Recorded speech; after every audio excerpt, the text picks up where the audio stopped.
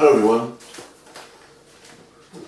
A year ago I wanted to purchase a Panasonic GH5 and then came out the Panasonic GH5s, an exceptional camera in low light.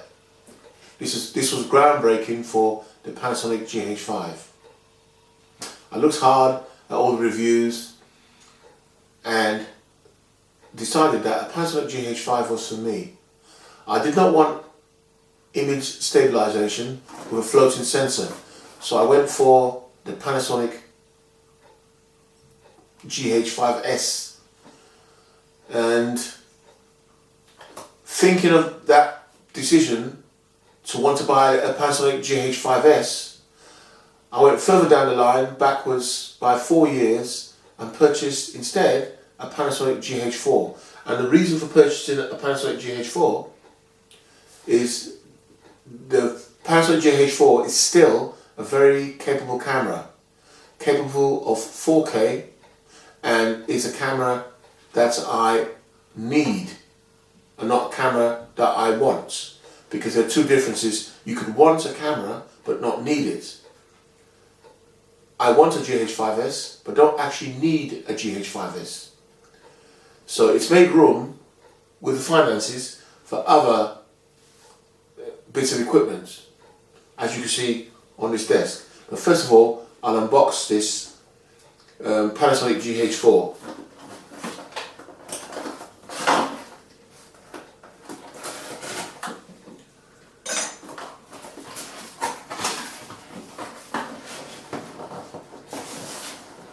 I purchased this for around £750.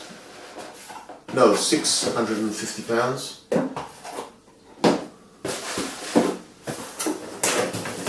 Brand new, with guarantee.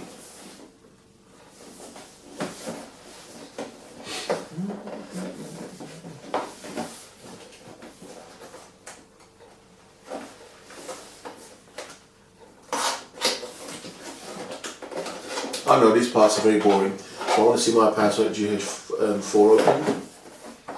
So this camera came out 4 years ago on the market, and here it comes with the disc and manual.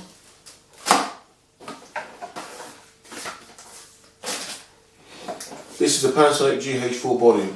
I've already invested in the lenses for the camera, so it's quite good when you invested in glasses already for the camera and you have to just get the body. So all my lenses are compatible with this Panasonic GH4.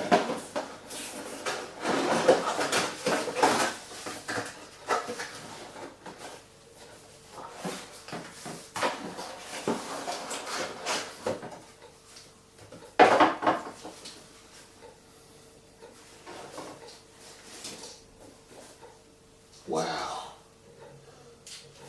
Panasonic GH4 body. This is what I'll be using for my filmmaking and some photography, but mainly filmmaking. The reason why I went for Micro Four Thirds, because I'm a filmmaker, I shoot video. If I was a photographer, mainly shooting photographs, I would have gone for full frame. I like full frame for photography, and video, I don't think there's any camera better for the price than the Panasonic GH4, GH5 and the GH series. So here we have a Panasonic GH4, and I've moved up from the Panasonic GH2, and my impressions of this camera already, it is solid feel. It's got a very solid feel, a nice form factor, it just fits nice in the hand. So here we have the Panasonic GH4, and here with the Panasonic GH4 is the chargers in the box and the batteries.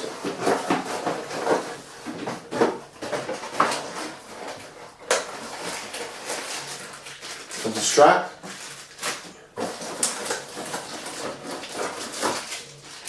battery charger, the lead, and one battery.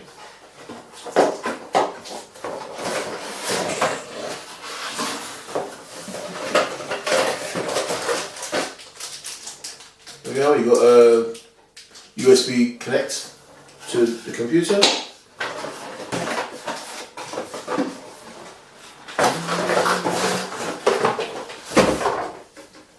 So here we have a Panasonic GH4 as opposed to a Panasonic GH5s, which I'm going to use on my gimbal. So I don't need an IBS.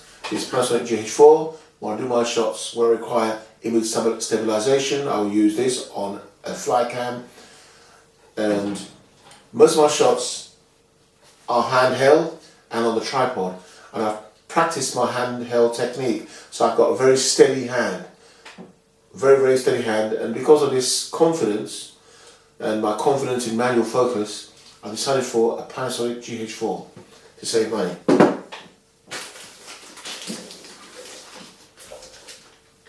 Now the money I saved on a Panasonic GH4 is enabled me to get the Panasonic GH4 battery grip.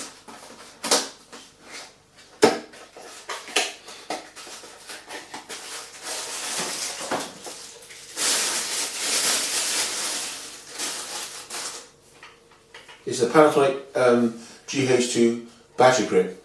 The Panasonic GH4 battery grip. The Panasonic GH4, the battery is capable of shooting for a long while. This is what I've heard on the reviews. Now, if you add the battery grip to it, it extends your shooting time by double. So here we have the battery grip.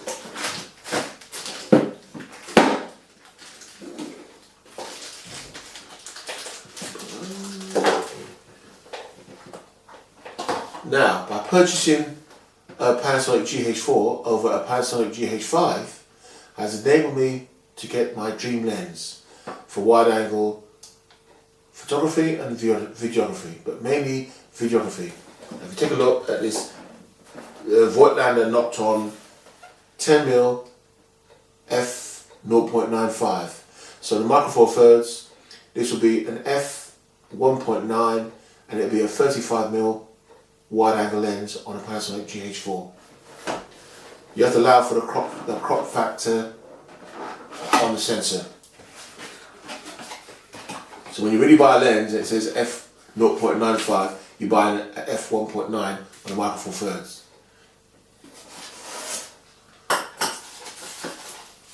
Lens hood comes with this GH Voigtlander. So here we have a solid Voigtlander Nocton 10.5mm f/0.95 f/1.9 35mm then 35mm equivalent. Very solidly constructed and also geared for a GH4, because the main problems with these Micro Four Thirds cameras is their performance in low lights. So these fast lenses are made for the Panasonic GH series. Another thing I was able to purchase was this Olympus Zuiko 35mm f/3.5. Very good lens. I had one before, sold it and regretted it and replaced it. So I was able to purchase a Panasonic Olympus 35mm f/3.5 prime.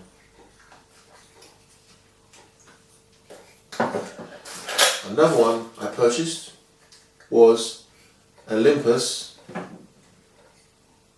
100mm f/2.8 prime. This is a fantastic piece of glass. If you go out and get one of these and put it on a Micro Four Thirds, you will see what I mean. 100mm f/2.8, which is equivalent of a 200mm f/5.6 on Micro Four Thirds cameras.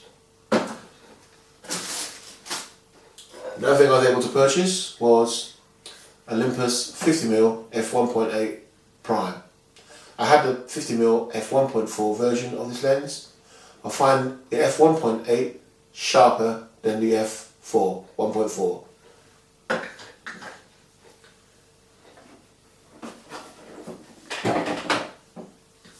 Another thing I purchased is the Samyang 8mm T3.8 fisheye lens. I wanted a fisheye lens, and I always found it useful.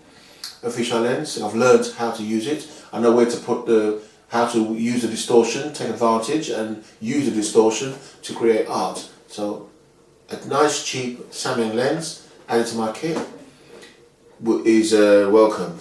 They're not as fast. It's a T3.8, which I think is equivalent of f3.5. I'm not too sure, f3.1. But this lens is like an f2.8, 3.1. So this lens, another lens, welcomed in my collection of tools. And another benefit of purchasing this Panasonic GH4 is it gave me the funds, the change to get a Rode Stereo Video Mic Pro. So Rode Stereo Video Mic Pro, so I'm all ready to shoot. So if you're ever going to buy equipment, think about saving money and think about what you need rather than what you want. I hope you enjoyed this vlog, and thanks for watching. I haven't missed out anything. It's all there.